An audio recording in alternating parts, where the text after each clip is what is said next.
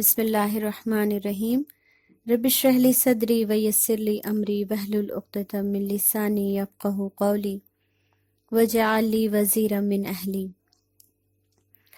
جیسا کہ پچھلے سبق میں ہم نے پڑھا، آسمانی سفر سے واپسی پر آپ صلی اللہ علیہ وسلم کی ملاقات پھر سے موسیٰ علیہ السلام سے ہوئی۔ انہوں نے آپ سے رب کی گفتگو کے بارے میں سوال کیا۔ آپ نے انہیں 50 نمازوں کی خبر دی۔ موسیٰ علیہ السلام نے آپ سے اس میں کمی کی سفارش کرنے کا مشورہ دیا۔ آپ جبرائیل علیہ السلام کی طرف دیکھنے لگے۔ انہوں نے اشارہ کیا، ہاں جیسا آپ چاہیں۔ چنانچہ وہ انہیں واپس اللہ کے دربار تک لے گئے۔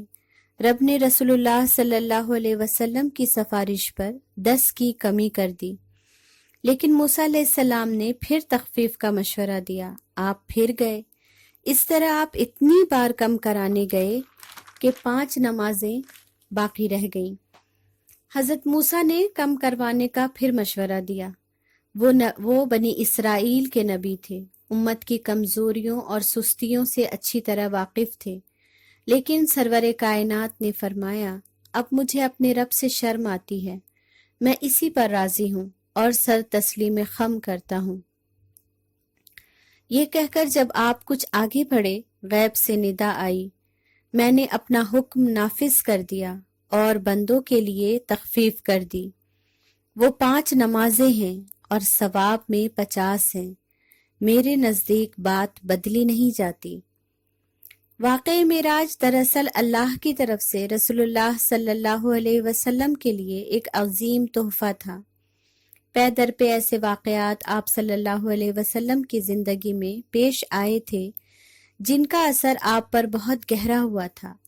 گو دل میں رب کی محبت اور یاد ہمہ وقت تھی، لیکن دل ایک غم کا شکار تو ہو ہی گیا تھا۔ ابو طالب اور حضرت خدیجہ کی وفات، پھر طائف والوں کے برتاؤ نے آپ کو افسردہ کر دیا تھا۔ واقعہ معراج نے ان تمام غموں اور تکالیف کا مداوع کیا۔ آپ صلی اللہ علیہ وسلم کے رسول حقیقی ہونے کا ثبوت اور یقین آپ کو دیا گیا۔ انسان کی فطرت ہے، خواہ اس کی بات پر کوئی یقین کرے نہ کرے، اگر کسی معاملے پر اس کا یقین مضبوط اور اٹل ہے تو سامنے والا بعض دفعہ اس کے یقین کے آگے ہار جاتا ہے۔ آپ صلی اللہ علیہ وسلم کا جبرائیل امین کے ساتھ مسجد اقصیٰ تشریف لے جانا اور پھر وہاں تمام انبیاء کی امامت اس بات کا ثبوت تھی کہ آپ کی نبوت کے بعد تمام انبیاء کی باقی شدہ شریعت منسوخ کر دی گئی ہے۔ جن اقوام اور مذہب کے لیڈر یعنی نبی نے آخری نبی کی امامت میں نماز ادا کر لی ہو، گویا ان کی نبوت کا اقرار کیا ہو اور انہیں اپنا امام مانا ہو، اپنا نبی تسلیم کیا ہو، ساتھ ساتھ اس کے ذریعے آپ کے فضائل اور مقام کو بھی آپ کے سامنے اور تمام انبیاء اکرام کے سامنے واضح کر دیا گیا کہ آپ ہی انبیاء کے سردار ہیں۔ پھر آسمانی دنیا کے سفر پر خود کتنی بڑی رحمت اور تحفہ دیا رب نے آپ کو کہ اپنے پیارے حبیب کے لیے جن مقامات کی خوشخبری آپ دنیا میں دے رہے ہیں، آپ نے جب ان کا دیدار کر لیا تو کتنا یقین اور مضبوطی آپ کے اقوال اور افعال میں آ گئی۔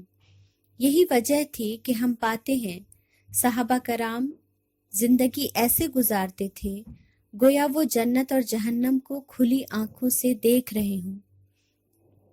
یہ رسول اللہ صلی اللہ علیہ وسلم کا ہی کیا ہوا دیدار تھا جس نے ہم سب کو ان کے الفاظ میں جنت جہنم کا اصل نقشہ سامنے کر دیا ہے۔ تمام انبیاء سے ملاقات، پھر ان کے درجات کا علم، ایسا لگتا ہے کہ ہم ان سے مانوس ہیں، ان کو جانتے ہیں، جن کا ذکر ہم قرآن میں بار بار پڑھتے ہیں، جن کی آزمائشیں، ان کی اپنی قوم کے ساتھ انتھک محنت ہماری عقل کو حیران کر دیتی ہیں۔ ان کا مقام ہمیں، اور جب معراج کے ذریعے ہمیں ان کا مقام معلوم ہوتا ہے تو ایک انجانی خوشی ہمیں دیتا ہے کہ رب اپنے بندوں کے تمام اذیتوں تکلیفوں کو یاد رکھتا ہے اور بہترین بدلہ دیتا ہے۔ پھر عرش بالا پر نماز کا فرض ہونا اس بات کا احساس دلاتا ہے کہ نماز کتنی بلند ترین عبادت ہے۔ تمام احکام عبادت زمین پر وحی کیے گئے، لیکن نماز عرش پر فرض کی گئی۔ اس سے اس عبادت کی اہمیت اور فضیلت کا تو علم ہوتا ہی ہے، ساتھ ساتھ یہ بھی کہ یہی وہ عبادت ہے جس کے ذریعے انسان اللہ سے قریب ہو سکتا ہے اور بلند درجات پا سکتا ہے۔ مہربانی اس پر یہ بھی کہ اس کا اجر 50 ہے، 50 نمازوں کے برابر ہے، اور پڑھنے میں ہمارے لیے یہ 5 ہیں۔ پھر اسی رات رسول اللہ صلی اللہ علیہ وسلم جبرائیل علیہ السلام کے ساتھ مکہ تشریف لائے۔ روایات کے مطابق آپ ام ہانی کے گھر تشریف لے گئے۔ ابھی فجر میں کچھ وقت تھا، انہیں جگایا اور تمام حالات جو رات پیش آئے تھے انہیں سنایا۔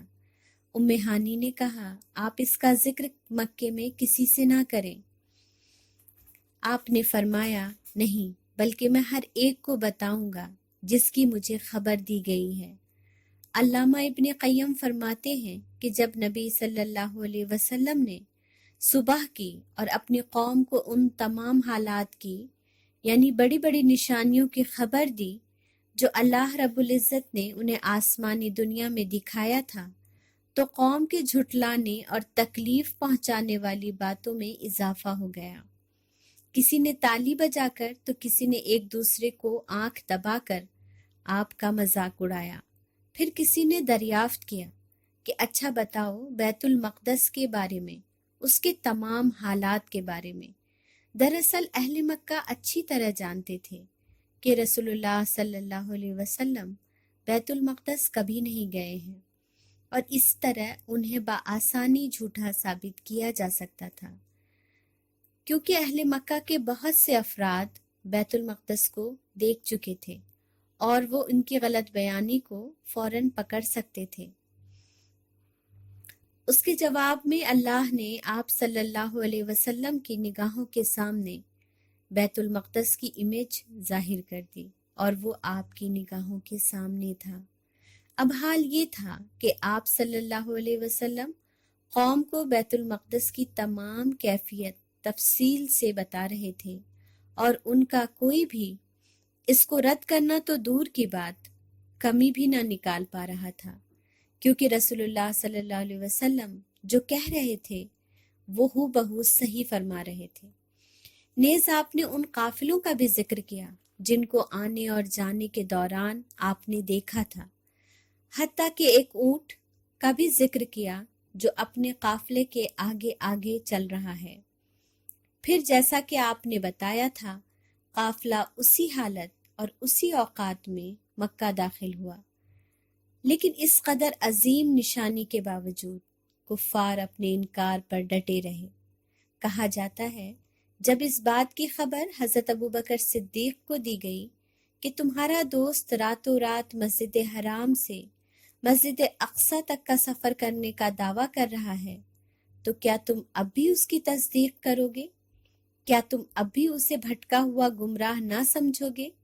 حضرت ابوبکر صدیق نے جواب دیا، اگر محمد یہ کہتے ہیں تو سچ کہتے ہیں، میں تو اس سے بھی دور کی بات پر آپ کی تصدیق کرتا ہوں کہ ان کے پاس آسمان سے صبح و شام خبر آتی ہے، اور میں ان تمام باتوں کو سچ مانتا ہوں۔ پھر تو یہ زمین پہ زمین تک کا سفر ہے۔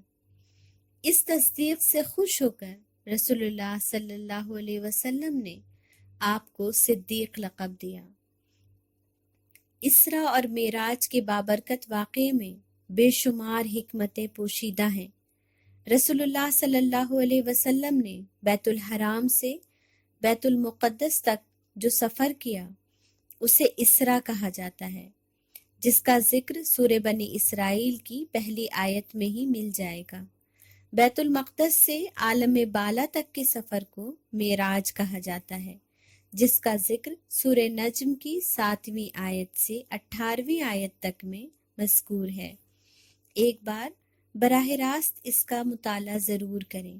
کیا خبر آپ کا رب آپ کے ذہن کے کون سے دریچے کھول دے جس کے ذریعے امت کو کوئی فائدہ حاصل ہو جائے۔ پڑھیے گا ضرور۔ اسراء اور معراج کے واقعے نے رسول اللہ صلی اللہ علیہ وسلم کو اثر نو ایک نئے حوصلے، نئے عزم کے ساتھ کھڑا کر دیا تھا۔ وہ یقینی طور پر جان گئے تھے کہ لوگوں کی بھلائی اس بات میں ہے کہ وہ خود کو آگ سے بچا لیں، اور اس آگ کو انہوں نے اپنی آنکھوں سے دیکھا تھا۔ رحمت عالم کے دل کو یہ گوارا نہ تھا کہ ان کی امت کا کوئی ایک بھی فرد اس آگ کا حصہ بنے، لہٰذا اب لوگوں کی باتیں، گالیاں کچھ بھی نہ مایوس کر رہی تھیں، نہ راستہ روک رہی تھیں، کیونکہ ہر حال میں ان کی نجات سب سے بڑا مسئلہ بن گئی تھی۔ آپ بازاروں، گلیوں، کوچوں، ہر جگہ دعوت کا کام سر انجام دے رہے تھے۔ پھر حج کا موسم آیا۔ حج کے موسم میں بھی رسول اللہ صلی اللہ علیہ وسلم ہر قبیلے، ہر خیمے میں جا کر لوگوں کو اسلام کی دعوت دیتے تھے۔ یہ ایک بڑا موقع ہوتا تھا جب اطراف کے قبائل حج کے لیے مکہ آیا کرتے تھے۔ سن 11 نبوت میں حج کے لیے آنے والوں میں مدینہ کے بھی افراد تھے۔ مدینہ جس کا پرانا نام یثرب تھا اور جسے آج ہم مدینہ منورہ کے نام سے جانتے ہیں، اس وقت وہاں 2 مشہور عرب قبائل آباد تھے، اوس اور خزرج۔ ان دونوں قبیلے کے درمیان ایک عرصے سے دشمنی تھی۔ مدینہ میں چند قبائل یہودیوں کے بھی آباد تھے، جن میں کچھ اوس کے حلیف تھے اور کچھ خزرج کے۔ رسول اللہ صلی اللہ علیہ وسلم حسب معمول رات کے وقت دعوت کے لیے مینا گھاٹی تشریف لائے، جہاں الگ الگ قبیلوں کے خیمے نصب تھے۔ آپ کا گزر خزرج کے قبیلے کے پاس سے ہوا۔ وہ آپس میں باتیں کر رہے تھے۔ آپ نے فرمایا، آپ لوگ کون ہیں؟ کہاں سے تعلق ہے؟ انہوں نے جواب دیا، خزرج کا ایک گروہ۔ آپ نے فرمایا، یہودیوں کے حلیف؟ وہ بولے، ہاں۔ آپ ان کے پاس بیٹھے، کچھ گفتگو کرنے کی اجازت طلب کی۔ انہوں نے قبول کیا، لہٰذا آپ ان کے ساتھ بیٹھ گئے، ان کو اسلام کی دعوت دی، ان کے سامنے قرآن پیش کیا، اس کی تلاوت فرمائی۔ آپ کی باتیں اور کلام اللہ کو سن کر ان میں سے ایک نے کہا، یہ وہی نبی معلوم ہوتا ہے جن کے حوالے سے یہود ہمیں دھمکیاں دیا کرتے ہیں، لہٰذا وہ ہم پر سبقت نہ کرنے پائیں، آؤ ہم اسلام قبول کر لیں۔ انہوں نے اسلام قبول کیا اور آپ صلی اللہ علیہ وسلم کو اپنے شہر میں اپنی قوم کے حالات بتائے کہ ہم اپنی قوم کو اس حالت میں چھوڑ کر آئے ہیں کہ کسی اور قوم میں ان جیسی دشمنی نہیں۔ ان کا اشارہ اوس اور خزرج کے لڑائی کی طرف تھا۔ پس اگر اللہ آپ کے ذریعے انہیں اکٹھا کر دے تو ہمارے لیے آپ سے بڑھ کر کوئی معزز نہ ہوگا۔ انہوں نے اپنے ملک میں اسلام کی دعوت کا وعدہ کیا اور آئندہ حج میں ملاقات کا بھی۔ اس واقعے کے ساتھ ہی مدینہ کی سرزمین میں اسلام داخل ہو رہا تھا اور اسلامی تاریخ ایک نئے باب میں داخل ہو رہی تھی، ایک زرعی اور تابناک باب۔ لیکن اہل مکہ کے جاں فروش ایمان والے اس سے یکسر بے خبر تھے، ہر مشکل کو، تکلیف اور اذیت کو رب کی رضا کے لیے برداشت کر رہے تھے، بغیر کسی شکوے اور شکایت کے۔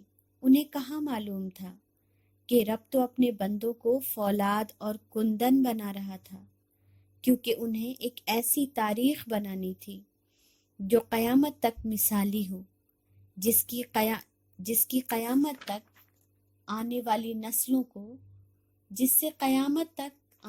نسلوں کو ضیاء حاصل کرنا تھا۔